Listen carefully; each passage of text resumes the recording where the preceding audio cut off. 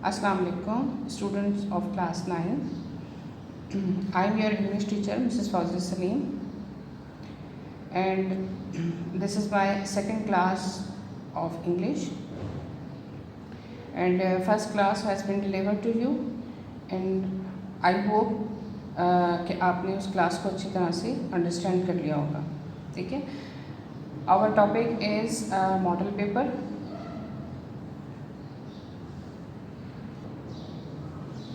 As you know very well, in my previous class I explained you section A English paper for class 9, and section A I have been explained you, and in section A there were some MCQs.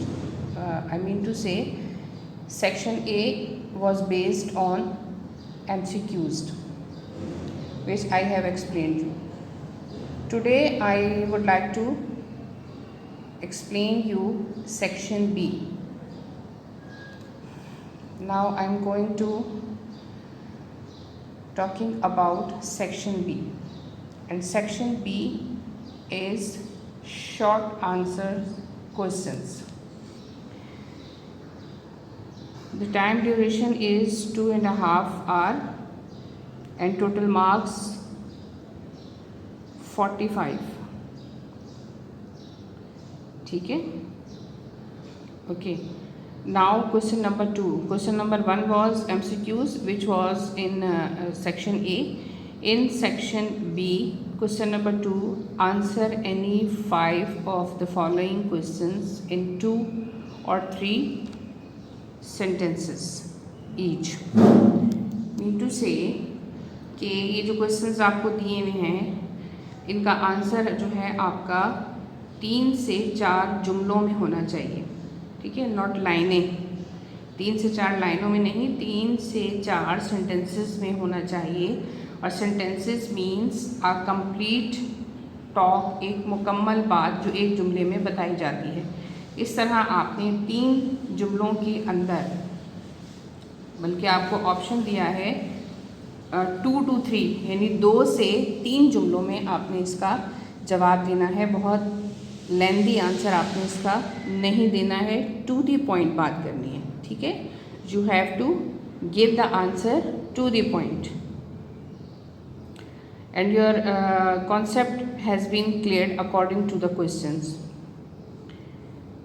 Let's suppose question number 1 is, what do you know about the poetry of Shah Abdul Latif Bhitai. Shah Abdul Latif Bhitai की poetry के बारे में आप क्या जानते हैं. ये आप 2 से 3 जुमलों के अंदर इसे बहुत आराम से बता सकते हैं. चैप्टर आपने पढ़ा हुआ है और बहुत अच्छी तरह से आपको एक्सप्लेन हुआ हुआ है. ठीक है. इसी तरह what is Hijra, when did this event take place. अब आपने इसमें 2 बातों का जवाब देना है. पहले आपको बताना है कि व्हाट इज़ हिजरा, और उसके बाद आपने बताना है कि ये इवेंट कब टेक प्लेस हुआ था, कब हुआ था ये.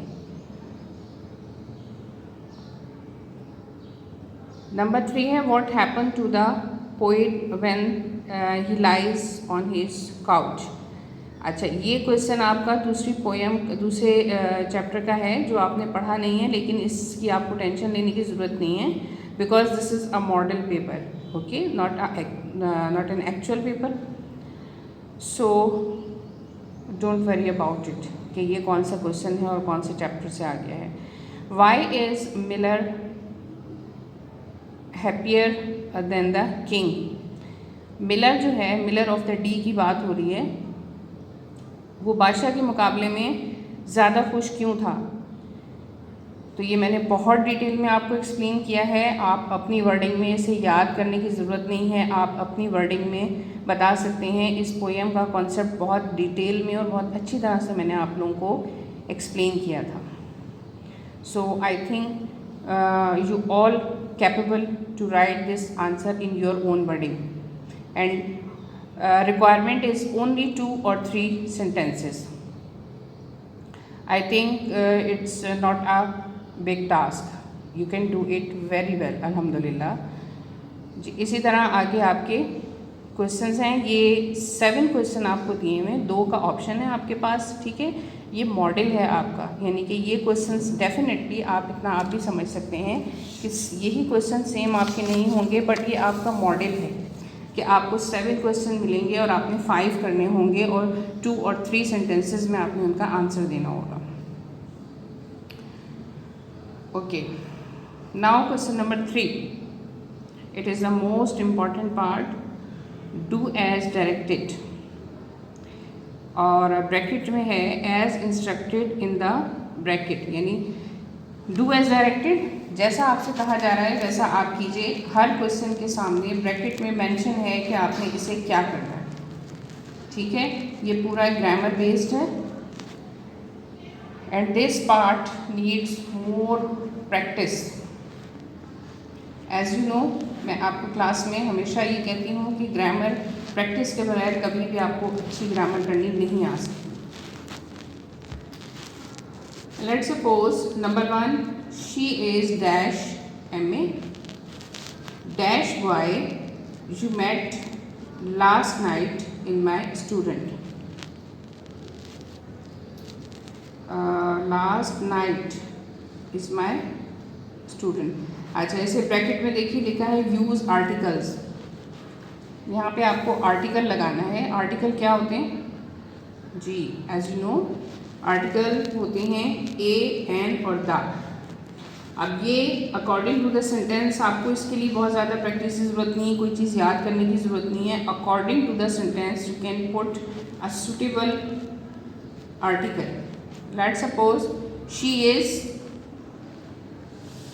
She is dash MA, she is the MA, she is a MA। अच्छा, okay, dash boy you met, यानी कि यहाँ पे आप शुरू में ज़्यादातर हम द यूज़ करते हैं, द बॉय यू मेट, तो यहाँ पे आप द लगाएंगे, ठीक है। इसी तरह से आप आर्टिकल्स की प्रैक्टिस जो है वो करेंगे। उसके बाद नंबर 2 पे है ये A B करके आपको दिया हुआ है। अच्छा, ये भी एक चीज़ आप इसमें देखें कि A और B आपको करके दिया हुआ है, यानी कि A और B जब दोनों आप करेंगे तो ये 1 कंसीडर होगा। एक क्वेश्चन के 2 पार्ट हैं, नंबर 1 है, तो जब आप उसका A और B दोनों करेंगे तो ही ये आपका कंप्लीट सेंटेंस जो है वो कंसीडर होगा। और इसके फ़र्ज़ करें अगर ये 2 मार्क्स का है तो आप दोनों करेंगे तो आपको 2 मार्क्स मिलेंगे, दोनों का 1-1 नंबर होगा। और अगर ये 1 नंबर का है तो आधा नंबर दोनों का होगा, और आप जब इसको कंप्लीट करेंगे जब ही आपको पूरा नंबर मिलेगा। उसके बाद the books were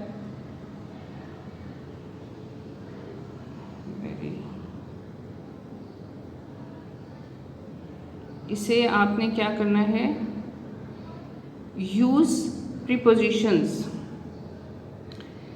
the books were, okay, बहुत बारीक लिखा हुआ है। The books were distributed dash the students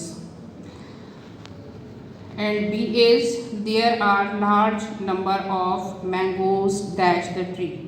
prepositions और आर्टिकल जो होते हैं वो बहुत इजी होते हैं, और उसमें ये एक आपके लिए सहूलत आप कह सकते हैं, ये आपके लिए इजी रहता है कि सेंटेंस को पढ़ के वो ऑटोमेटिकली हमारे जहन में आ जाता है कि यहाँ पे ये चीज़ आएगी। जैसे ये है the books were distributed in the students,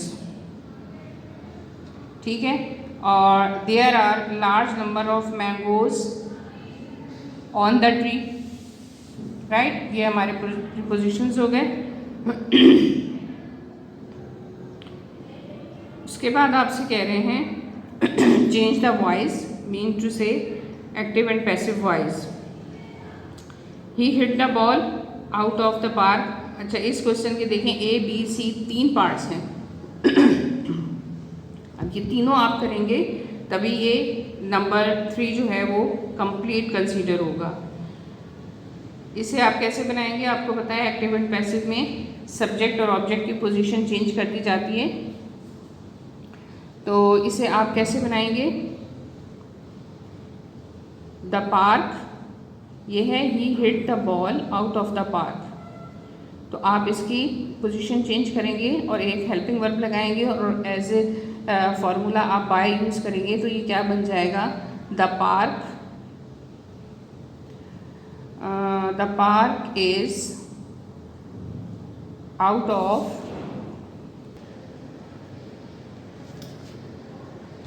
अच्छा पैसिव, ये आपको चेंज ऑफ वॉइस इसमें दिया हुआ है, he hit the ball out of the park, तो आप इसमें the ball out of the park पूरे को आप जो है ऑब्जेक्ट कंसिडर करेंगे। The ball out of the park is hit by him, ठीक है। इसी तरह नीचे डिफरेंट टाइप है, let them not be called, ये दूसरे टाइप के वॉइस हैं जिसको हम चेंज करने के लिए दूसरे तरीके से बनाते हैं, जो कि आप लोगों को एक्सप्लेन किया है हमने क्लास में, आप लोग पढ़ चुके हैं। Let them not be called, तो आप इसे कर देंगे नॉट कॉल देम, एक सिंपल उसमें आप इसे ले आएंगे। अच्छा उसके बाद आप देखिए, मैं आपको आगे का एक्सप्लेन कर देती हूँ। नेक्स्ट है नंबर 4 पे आपको दिया हुआ है, she inspires one and all with her performance, ठीक है। वन एंड ऑल यहाँ पे ईडियम यूज़ हो रहा है, इसका मतलब है कि सबके लिए ये इस्तेमाल होता है कि इसे आपने चेंज करना है, चेंज इनटू इंटेरोगेटिव। इंटेरोगेटिव में हमें क्या करना होता है, is there any helping verb in the sentence, we have to put the helping verb in start of the sentence, ठीक है। अगर उसमें हेल्पिंग वर्ब है तो हम उसे सेंटेंस के शुरू में लगा देते हैं, और अगर हेल्पिंग वर्ब नहीं है तो डू, डिड और डज, ये 3 हेल्पिंग वर्ब्स हैं जो हम यूज़ करके सेंटेंस को बना सकते हैं। अब ये सेंटेंस देखें, is there any helping verb in this sentence, no, इसमें कोई हेल्पिंग वर्ब नहीं है और वर्ब के साथ एस लगा है। जब वर्ब के साथ एस लगा है तो हम डू, डिड और डज में से भी डज वाला हेल्पिंग वर्ब यहाँ पे यूज़ करेंगे, उसे हम शुरू में लगा देंगे और वर्ब का जो एस है उसे हम हटा देंगे। तो ये आपका बन जाएगा, does she inspires one and all with her appearance, ठीक है। इसी तरह आप सारे सॉल्व करते जाएंगे। और again I want to tell you कि आपने, अब जैसे ये ग्रामर है, ठीक है, आपको सब मिक्स इसमें दिया हुआ है, तो फर्स्ट ऑफ ऑल आप उसे करेंगे जो आप समझते हैं कि ये मुझे बहुत अच्छी तरह आता है और इसे मैं बहुत अच्छी तरह से कर सकता हूँ, ठीक है ना। अब इसमें सारे अगर मैं सॉल्व करती हूँ तो बहुत टाइम बहुत लग जाएगा, और जो इम्पोर्टेंट बात मैं आपको समझाना चाह रही हूँ वो रह जाएगी, और वो ये है कि अगेन आई टेल यू कि आपको जैसे मैंने सेक्शन ए में बताया था MCQs के लिए, कि आप उन्हें पढ़ते जाएं और जो आपको आता है आप उसका आंसर टिक कर दें, और जो आपको फ़िलहाल नहीं आ रहा, आपको सोच के करना पड़ेगा, उसे आप छोड़ें और आगे चलें। और सब करने के बाद फिर आप बाद में जो आपके रह गए हैं उनको आप सोच के करें। ऐसा ना हो कि जिनको सोच के करना है उनके चक्कर में आपका वो काम रह जाए जो आपको आता है, और उसका टाइम भी कम होता है, आपको पता है, हाफ एन आवर मिलता है आपको, तो आपको उसमें टाइम लिमिट भी देखनी होती है। और इसमें ग्रामर में भी आप यही करें कि जो आपको बहुत अच्छी तरह से आते हैं, ठीक है।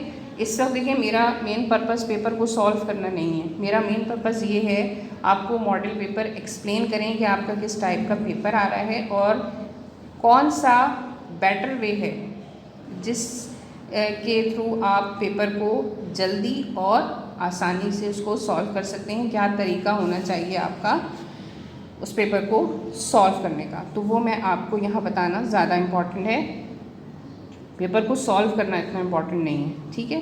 क्योंकि ये तो मॉडल पेपर है, आपको ये सेंटेंसेस तो नहीं मिलेंगे, लेकिन आपको टाइप्स यही मिलेंगे। मीन टू से कि ये पार्ट जो है, ये आप देख रहे हैं कि ये आपके सेंटेंसेस चेंज हो सकते हैं, बट ये वाला जो आपका कॉलम है इस पे आप फोकस रखें। आप ये देखें कि आपको आर्टिकल आते हैं, आपको प्रीपोजिशन आता है, आपको चेंज द वॉइस आता है या नहीं, ठीक है, change, negative, affirmative, question tag, ये सारी चीज़ें, ये जो सारे आपके ग्रामर के टॉपिक हैं ये आप देख रहे हैं। ये लिस्ट जो है मोस्ट इम्पॉर्टेंट है आपके लिए, जिस पे आपका फोकस होना चाहिए कि ये सारे जो टॉपिक्स यहाँ पे दिए हुए हैं ये सब मुझे आते हैं या नहीं। सेंटेंसेस मैटर नहीं करते हैं, सेंटेंसेस बिल्कुल भी मैटर नहीं करते हैं ग्रामर में। जैसे कि क्लास में भी मैंने हमेशा आप लोगों को ये बात बताई है कि मैथ्स और इंग्लिश ग्रामर जो है वो प्रैक्टिस बेस्ड चीज़ें हैं। आपकी प्रैक्टिस अच्छी है तो आपकी ग्रामर अच्छी है, और अगर आपकी प्रैक्टिस नहीं है तो आपने जितनी भी अच्छी ग्रामर पढ़ी हो, आपको किसी बहुत अच्छे टीचर ने पढ़ाया हो, उसका कोई फ़ायदा नहीं होगा जब तक आप उसको प्रैक्टिस में नहीं रखेंगे। तो ये सबसे इसकी इम्पॉर्टेंट बात है, ठीक है। और आगे आप ये देखें, आपको दिया हुआ है चेंज इनटू नरेशन है, और उसके बाद है यूज़ द करेक्ट वर्ब। अब करेक्ट वर्ब आप कैसे करेंगे, अकॉर्डिंग टू द सेंटेंस। आप उसका टेंस देखिए, अब यहाँ देखिए वुड आ रहा है, यू वुड, तो वुड आप डेफिनेटली विल का पास्ट टेंस है, तो आप इसको देख के आप ब्रैकेट में जो वर्ब दिया हुआ है आप इसको वर्ब्ड कर देंगे, पास्ट टेंस इसका यूज़ करेंगे, second form of verb use करेंगे। इसी तरह आगे चलें आप,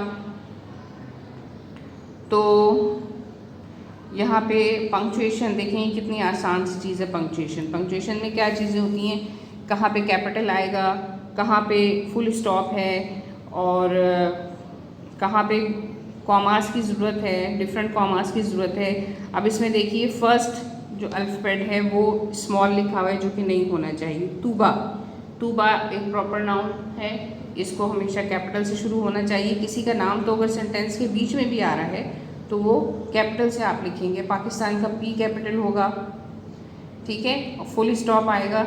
आई देखें स्मॉल लिखा हुआ है, टूबा सेड आई, आई हमेशा कैपिटल ही लिखा जाता है, जो आई हम मैं के लिए जो आई इस्तेमाल करते हैं। After then use prefix. Prefix आप लोगों को क्लास में हमने पढ़ाए हैं बहुत अच्छी तरह से। ओबीडियंट है तो प्रीफिक्स हमेशा जो किसी भी वर्ड से पहले हम लगाते हैं, तो ओबीडियंट से पहले हम डिसओबीडियंट लगाएंगे, डिस कर देंगे तो डिसओबीडियंट हो जाएगा। हेल्दी से पहले हम अन लगा देंगे तो वो अनहेल्दी हो जाएगा।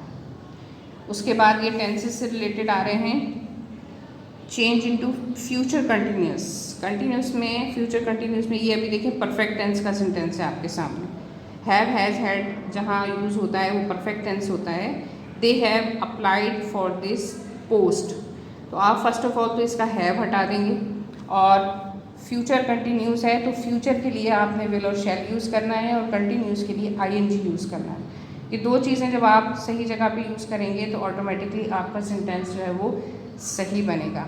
तो ये क्या बन जाएगा आपका, they are applying for this post. Verb के साथ आप आईएनजी लगा देंगे, और एज ए हेल्पिंग वर्ब क्योंकि फ्यूचर मांगा है आपसे तो आप उसमें विल यूज़ करेंगे। उसके बाद आपसे कहा है change into present indefinite. Present indefinite सबसे ईजीएस्ट टाइप होता है टेंसेस में। अब यहाँ पे है he will look into the matter, ये आपका फ्यूचर इंडेफिनिट है जिसको आपने प्रेजेंट इंडेफिनिट में चेंज करना है। तो आप क्या करेंगे, आप इसका विल हटा देंगे और आप लुक के साथ एस लगा देंगे, बिकॉज सिंगुलर थर्ड पर्सन की बात हो रही है, तो ये आपका बनेगा he looks into the matter. इसी तरह आप आगे चलें, ये कंपाउंड सेंटेंसेस हैं, आप इनको दो सेंटेंसेस हैं, इनको आपने एक ऐसा वर्ड लगाना है कि ये एक आपका कंपाउंड सेंटेंस बन जाए। They called me many times, I did not reply them. They called me many time but I did not reply them, ठीक है। अच्छा, यहाँ आपसे पार्ट्स ऑफ स्पीच पूछेंगे, शी क्या है और एफिशिएंटली क्या है। देखें जितने वर्ड्स के साथ एल वाई लगता है वो एडवर्ब कहलाते हैं। तो एफिशिएंटली एडवर्ब है, शी प्रोनाउन है, पाकिस्तान प्रॉपर नाउन है, वंडरफुल एडजेक्टिव है। इस तरह से ये सारे आपको इसके जो टाइप्स हैं वो बताने हैं, ठीक है। और इसके बाद ये सारी ग्रामर है, और इसके बाद आप देखें यहाँ पे जो इसका लास्ट क्वेश्चन है सेक्शन बी का, वो ट्रांसलेशन है। ये एक पैराग्राफ आपको दिया हुआ है जिसे आपने उर्दू या सिंधी में ट्रांसलेट करना है, ठीक है। ये ऑप्शन दिया हुआ है आपको, और सिंधी का ऑप्शन इसलिए कि हम सुबह सिंध में रहते हैं, सिंधी स्पीकिंग लोग भी होते हैं, तो जिसे सिंधी में आसान लगता है वो सिंधी में इसको ट्रांसलेट कर लेते हैं और जिन्हें उर्दू में करना है वो इसे उर्दू में करेंगे। ठीक है, आई होप कि आपको सेक्शन बी भी अच्छी तरह से समझ में आ गया होगा। और प्लीज़ आप लोग ग्रामर की ज़्यादा से ज़्यादा प्रैक्टिस कीजिए। प्रैक्टिस के बगैर आप लोग ग्रामर नहीं कर सकते, क्योंकि पेपर में सब कुछ आपको एक साथ सारी मिक्स ग्रामर मिल जाती है, तो बहुत से बच्चे कंफ्यूज हो जाते हैं। तो आपकी प्रैक्टिस अगर अच्छी होगी तो आपको कोई किसी भी किस्म का कन्फ्यूजन नहीं होगा। ठीक है, now time is over. Okay, अब मैं अपनी क्लास को ख़त्म करती हूँ और अगली क्लास तक के लिए अल्लाह हाफिज़ एंड टेक केयर।